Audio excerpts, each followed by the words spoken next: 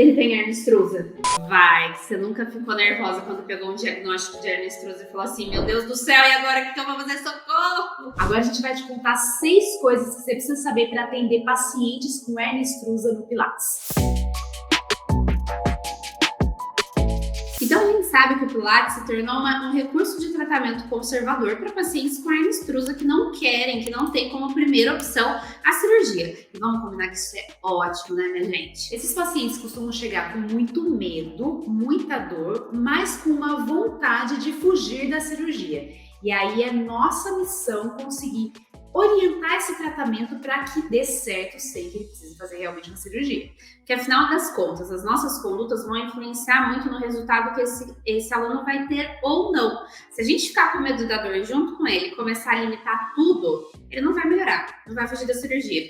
Se a gente falar, não, vamos fazer tudo que está livre, ele vai piorar, ele vai continuar sentindo dor e vai desacreditar que o Pilates pode resolver o problema dele. Alguns pontos que você vai precisar pensar quando o paciente chega para você é como ele está, qual o nível de dor, em qual posição ele consegue ficar e o que é possível de se fazer nessa posição em que ele consegue ficar. E a gente vai te mostrar 3 exercícios que são super fáceis de aplicar e dá para adaptar para essas posições possíveis. Então se liga aí, são as 3 coisas, as 3 primeiras coisas que você precisa fazer e pode fazer na sua aula de Pilates com esse aluno. Estratégia 1 que você pode usar com o seu aluno. Se ele fica confortável na posição de decúbito dorsal, uma coisa muito boa para fazer com ele é a arrastadinha da ponte. Não chega a ser uma ponte, mas é uma ativação que a gente consegue fazer para trazer percepção no quadril e liberar a lombar, naquela sensação de descompressão que a gente sabe que é tão importante. Então aqui, ó, a gente está fazendo no reformer, mas você pode fazer no Cadillac, no Alundi, na maca, se você estiver atendendo seu aluno só com maca, tá? Qual que é a intenção da força? Os calcanhares vão ficar bem apoiados e conectados, tá? Pontinha do pé pode ficar para cima, até para ajudar nessa descarga de peso, nessa pressão do calcanhar. Aqui você vai solicitar para o seu aluno apertar o calcanhar para o chão e puxar o calcanhar por baixo do quadril. Isso, e relaxar. Eu quero que vocês observem, tá? O carrinho mostra um pouquinho pra gente o efeito disso, mas o efeito disso no corpo do aluno acontece aqui no tronco, na região lombar. Eles vão ficar com o braço até elevado para que vocês olhem aqui, tá bom? Nessa região. Vai lá, pressão do calcanhar para baixo e puxa o calcanhar na direção do quadril. Vocês conseguem ver como que a lombar libera e como que muda o posicionamento da pelve? Porque normalmente esses alunos têm essa região bem tensa, bem travada. Um cuidado importante é não deixar fazer isso aqui, ó. Costela subir. Se a costela subir, está errado. O eixo do movimento termina no quadril, mas a sensação vem para a lombar. O movimento acontece lá, mas se reflete na cintura. Aqui no Reformer é legal que a gente pode dar até mais referência. Olha, aperta a madeirinha para baixo e puxa a madeirinha para você pertinho do carrinho. Isso ajuda o cliente a entender qual que é essa intenção de arrastadinha. E aqui ele pode repetir, testa você antes de passar para o seu aluno. Qual que é a sensação que isso traz para a região do quadril, para a musculatura e para a sua coluna. E o uso do antiderrapante debaixo do calcanhar também facilita a condução, puxando o antiderrapante para perto do quadril. Segunda estratégia que você pode usar no seu atendimento, um exercício bem simples no Reformer, em 4 apoios. A gente não vai solicitar nada muito difícil, mas a gente vai começar a trazer essa sensação de descompressão, tá? Então aqui é importante, primeira coisa, que o aluno não se despenque nos apoios, tá? Vai ter que se sustentar para longe do apoio, como se você estivesse suspendendo o corpo. E aqui a mola tá bem levinha, a gente tá com uma mola azul, é a nossa mais leve. A gente vai pedir para o aluno empurrar um pouquinho a madeirinha para frente, o apoio dos punhos, e voltar crescendo por cima da madeirinha. Vocês observam que nada acontece no tronco da Elisa. O movimento está acontecendo aqui, ó, no eixo do ombro. Tem que tomar cuidado para não deixar ele fazer isso aqui, ó. Soltar e levar a pressão lá para a lombar. Ainda mais porque a mola tá levinha. É só o braço e volta o braço, para que ele tenha uma percepção de sustentação nessa região. Essa sustentação é a mais importante, tá, gente? De se suspender, tomar cuidado com pontos de trava articular no cotovelo, com a tensão que vai vir aqui para cima nos ombros, ou às vezes até na dorsal para se fechar e se proteger.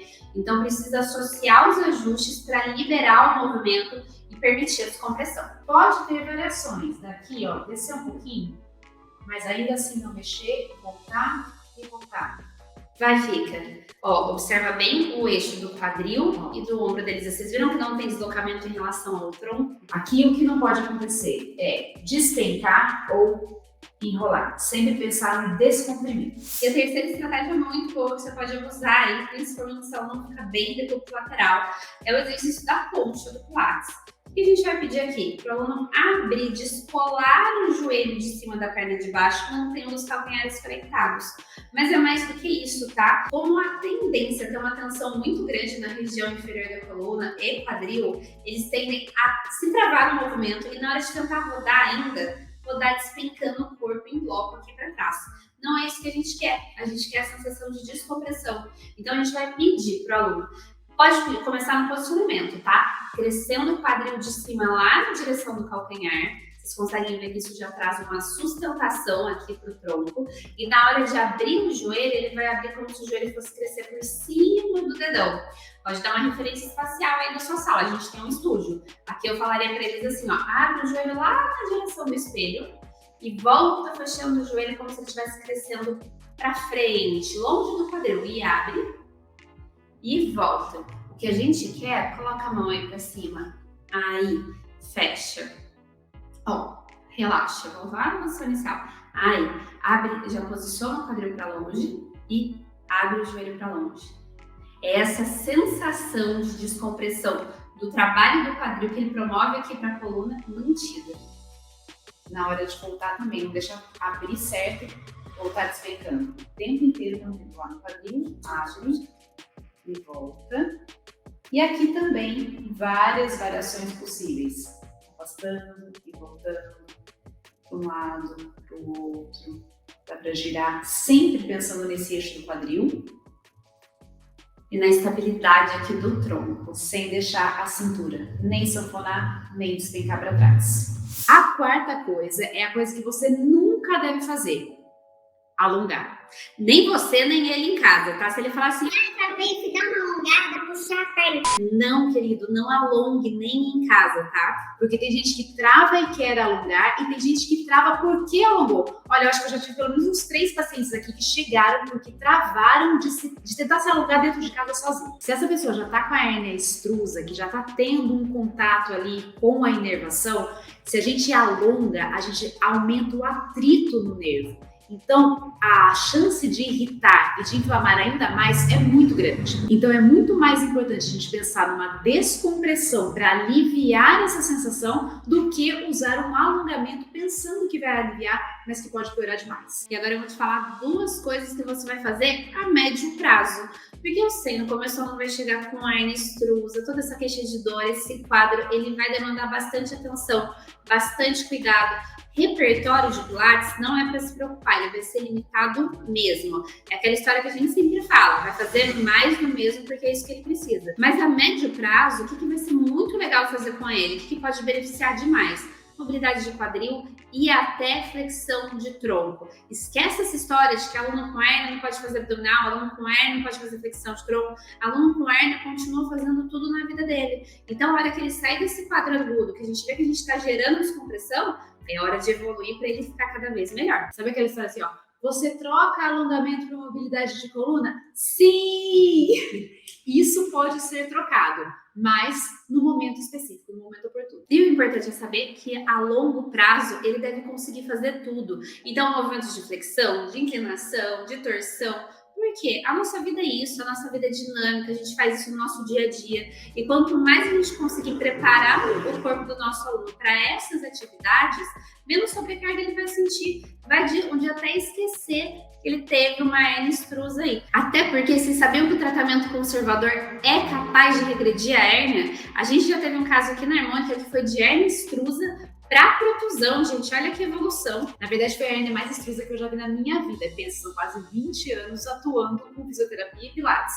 E essa hérnia estava muito extrusa, a paciente muito determinada a não fazer cirurgia, foram 9 meses. Não é uma coisa super rápida, não, mas foram 9 meses tratando. Essa hérnia regrediu para uma protrusão discal e hoje em dia ela faz de tudo. Ela joga beach tênis, ela faz musculação, ela faz corrida, ela faz qualquer coisa que ela queira fazer. Por quê? O objetivo é devolver essa pessoa para tudo que ela gosta de fazer, para tudo que ela pode fazer. Não ficar limitando cada vez mais com esse monte de proibições, porque não pode isso, não pode aquilo.